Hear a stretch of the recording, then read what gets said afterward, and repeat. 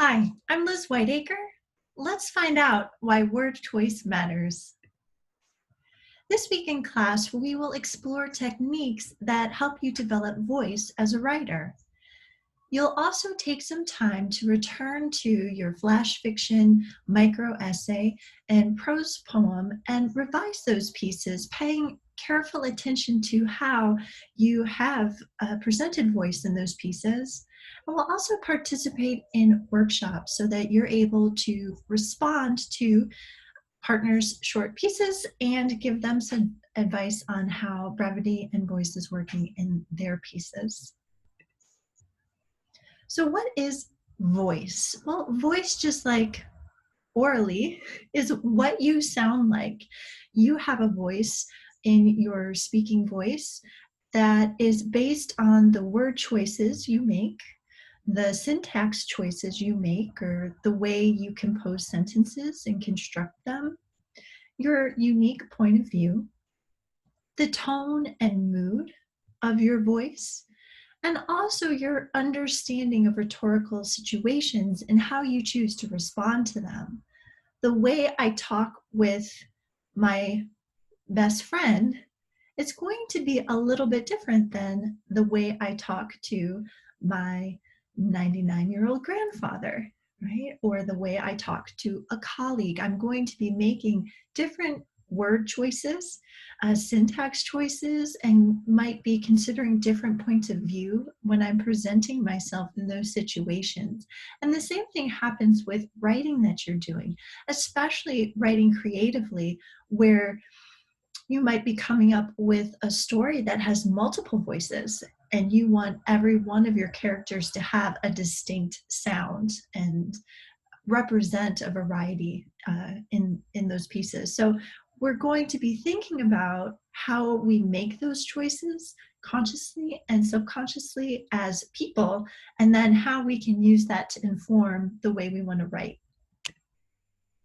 So we have this pendulum where there are things we will just blurt out like blah without thinking about it, all the way to very calculated responses, things that we've been having that conversation in our head that we want to have with our boss for months, or maybe we've been thinking about, we use the idea of a proposal in another video. You've really been thinking about how you want to share with someone that you want to spend the rest of your life with that person. So that might be a moment where you've thought a lot about the delivery of that profession of love and request. So there's a big range in moments of voice that we live, and then also when we're putting it on the page, there could be a very kind of controlled voice that's telling the story as a narrator, and there might be moments where a character is shocked or surprised, confused, overwhelmed, and they might choose to blurt something out and use language that reflects that. We also have several periods where we are able to work with voice in our pieces. And that would be invention, or the process where we're coming up with what we want to put down on the page. And then also the revision process, where we can take time and craft and kind of manipulate those moments. It's very nice. Something blurted out in a story is in much more control than something blurted out at, I don't know, a family reunion. I wanted to share these two pictures because I think it does a nice job of illustrating that sense of rhetorical situation when we're writing. Here on the left, I selected a picture that has a fountain pen. Someone here is taking a lot of time to, write out what they are thinking. And our expectation when we see that type of writing tool and the care that that person is writing out the message, we're going to respond to that in a different way than, let's say, if we look at the other picture, we have our, our ballpoint pen that might be just shoved in our our bag that we're pulling out with a notepad to quickly take some notes, and we don't anticipate anyone reading it but us, and so we're kind of judged. The handwriting doesn't matter to us. Or perhaps we're going to a computer and we're typing up what we think.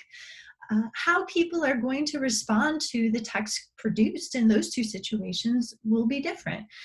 The choices that you're making with the tools just to sit down and write, right? How you're presenting what you've written to people are the first steps with developing that voice. And you want to be thinking about the choices you're making with language on the word level, the sentence level, the way you're structuring things in the same ways, so that what you're producing for your readers feels intentional. That's how we end up getting lost, and we believe characters are real people because they feel very authentic. The writer, the author has put that work in to help us feel comfortable and make us feel that the world of that speaker is complete. You have a lot of different tools, and the readings this week will explore many more of them. But I'd like you to think about, in your short stories, your essays, your poems, that narrator, the characters, the speaker in the poem as the touchstone. So you are going to make choices based on who you would like readers to perceive that person to be. This allows us to write a poem from the point of view of a mailbox, right? How does that mailbox feel, having things come in and out, right? We don't give it all that much love. I don't know the last time you dusted your mailbox or washed it or took some time to plant some plants around it. Do you bang into it if you are mowing? Right? How much care do you give your mailbox? So if I want to write from the point of view of a mailbox, probably I'm going to make different choices. I'm going to think about, well, what kind of personality would this mailbox have? What would this mailbox sound like? And I'm going to make different diction choices. And diction, those are all of those sets of word choices and sentence construction choices. And then also using figurative language tools, right? If the mailbox has been sitting in that same spot for years and years, I'd want to think about the limited experience.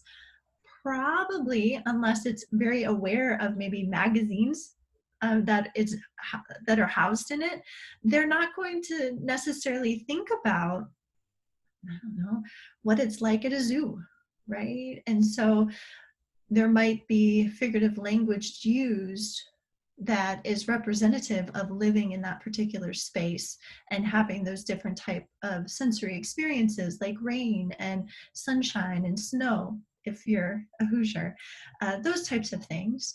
And then also structure, how you are choosing to deliver information at what time. Are you taking a very linear path, like this happened, then this happened, then this happened? Or is it nonlinear? Are you providing some information and then going back in time to provide some history and then moving to the future?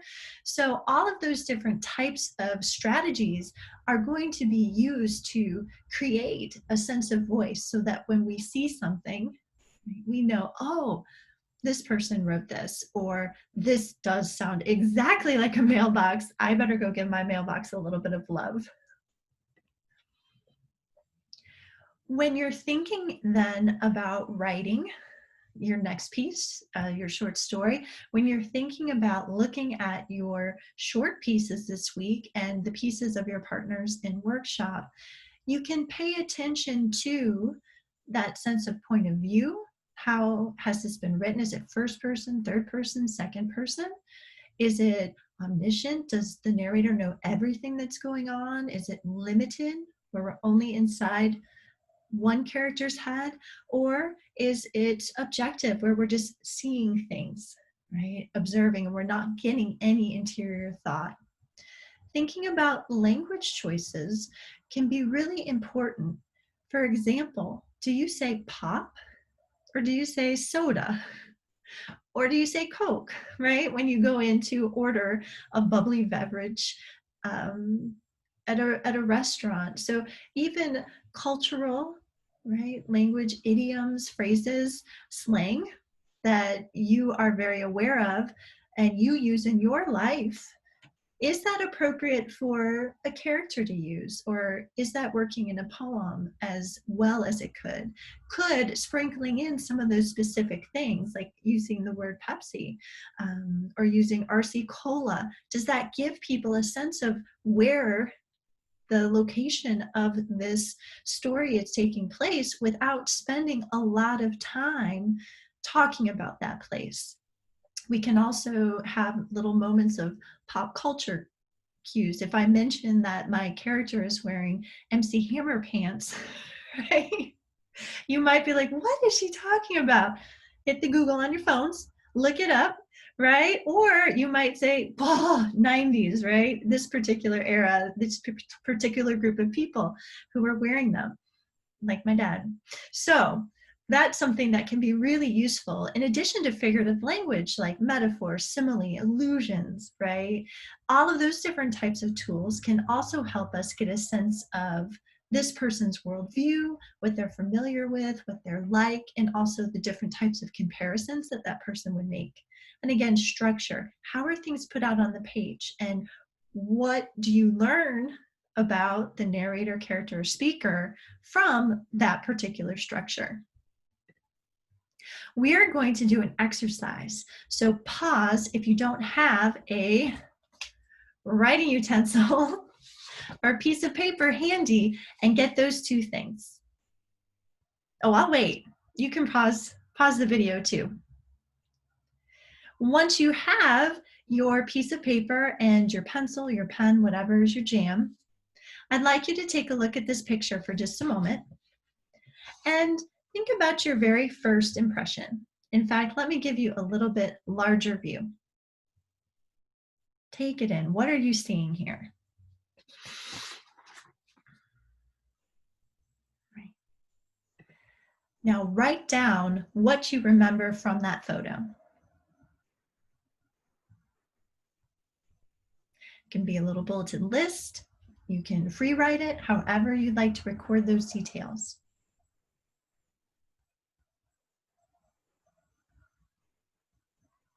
Got it? Okay. What I'd like you to do is just kind of leave a space on the page, and I'd like you to write down what time of the day do you think this is? No right, no wrong answers. What do you think the time of day? And it can be morning, noon, afternoon, or you can be really specific. It's blank o'clock. Next, I'd like you to write down what season do you think this is? Right? Is this happening in the spring, summer, fall, winter?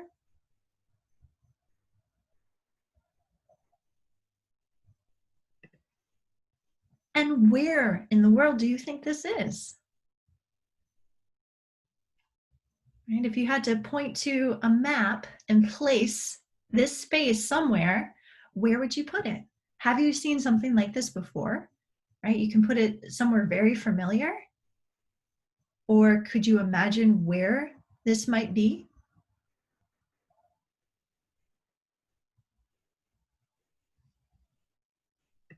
Right. Now we're going to take a little bit more time on this slide. I'd like you to think about what is about to happen. So you see this scene, what happens next? And you can think about yourself as the person in this space in this moment, or you could think about it as somebody else that you're kind of observing from up above. So we're going to take a few silent moments for you to write down a sentence or two of what do you think is about to happen in this picture, in this scene, in this place.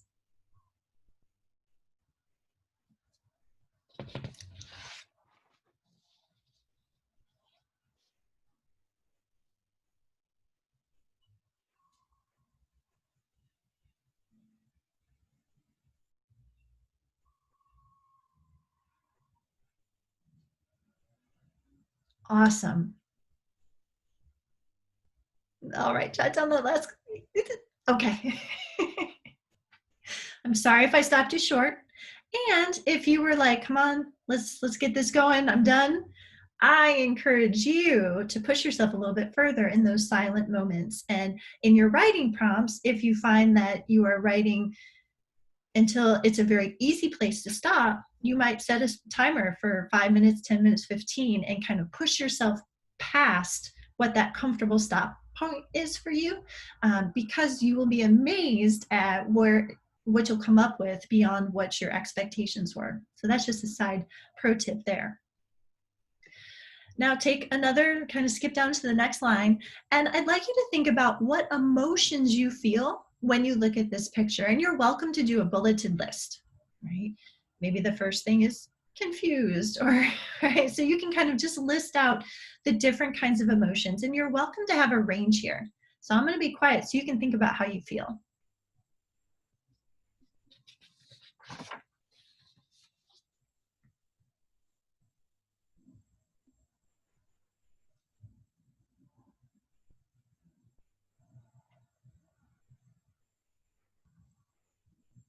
Yeah, my emotions are all over the place too. I picked this picture because I find it to be very interesting. Lots of different stories you could come up with, right? We're almost done with our exercise. We're going to do 2 more things. Are you ready? You're going to want to skip down a line, and I'm going to be asking you to write a description. Here we go. In 1 to 2 sentences, so this is kind of a summary, write a description of the photo from the point of view of someone who has just experienced the death of a loved one. So you have been recording what you think so far on your page, and you can go back and look at those things. What I'd like you to do now is describe that scene, describe those shelves in the store, and imagine that somebody that you love deeply has just passed away. And I know this is going to be very uncomfortable, but how would you describe those shelves with the weight of that grief? So I'm going to give you a few quiet moments, and just in a sentence or two, it doesn't have to be long, how would you describe that scene?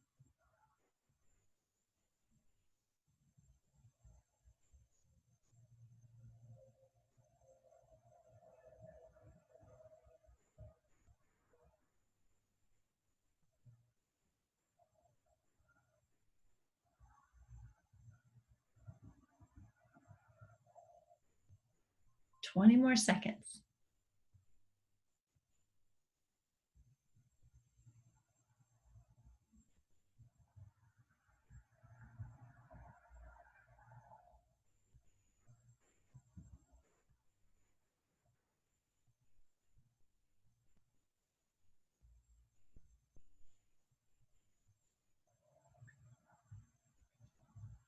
All right.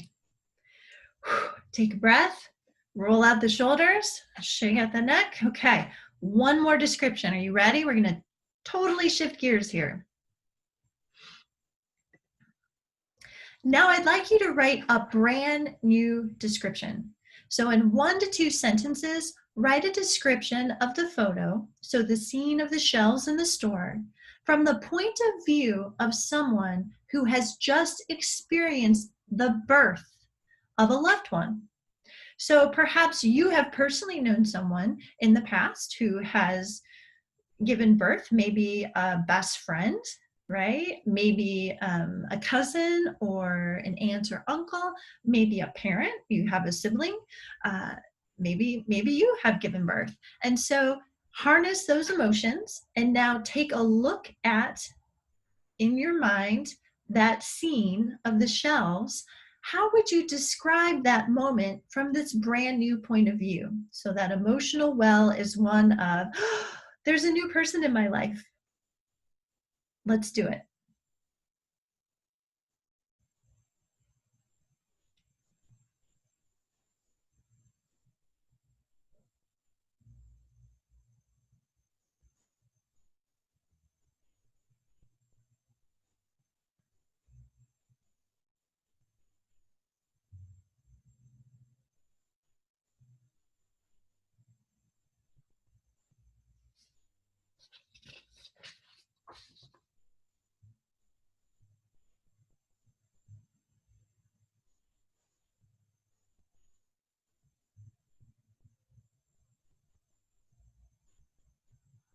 Take about 20 more seconds.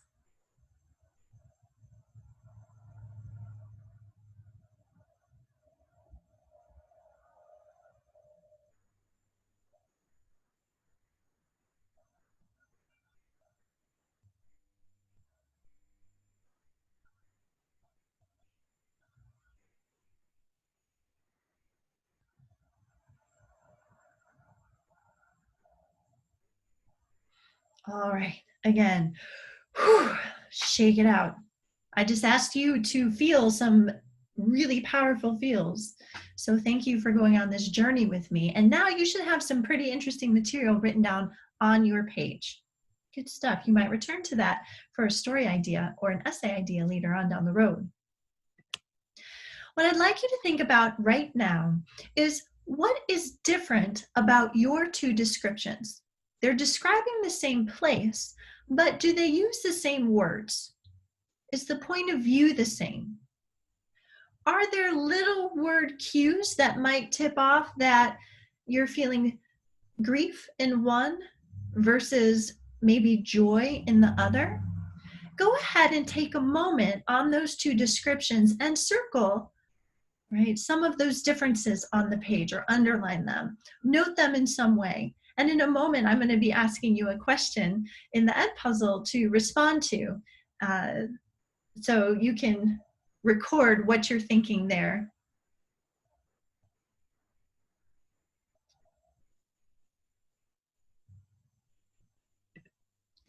So this was an exercise to get us to think about perspective, about language, thinking about how an emotion can influence the language that we choose to use to describe things for other people, and how those choices can, in fact, develop a tone or a mood that readers will pick up on. You might not think to say that the character is feeling angry going to work, but boy, the body language, right? The little decisions that character is making in on the drive, the curt response that character gives a coworker, we can definitely get the sense that this character is upset and something's about to go down. It's really important that you start to work with this awareness and pay attention to what you're doing in your pieces so that you can recognize when you do a wonderful job of giving that sense of tone, of emotion as you're describing things, so that you're able to produce it intentionally moving forward with your other pieces and in your writing generally. This week, you'll be learning a lot more about developing voice, also revising for brevity since we're focusing on short pieces in our readings, so check those out. And if you have questions, get in touch. You'll also be picking one of your short pieces to polish, and I'd really like you to think about not just, oh yeah, that's good, that sends my message, but how does that send my message, and am I making language, word choices, etc., that really do the most in the least amount of space and give my readers a sense of what's happening kind of under the surface or behind the scenes, just in the language that's used. And you'll also be participating in workshops. So you'll have the fun, duty, exciting task of reading your workshop partners' pieces and providing feedback. I hope that you have a fun, engaging week, and I cannot wait to see what you produce.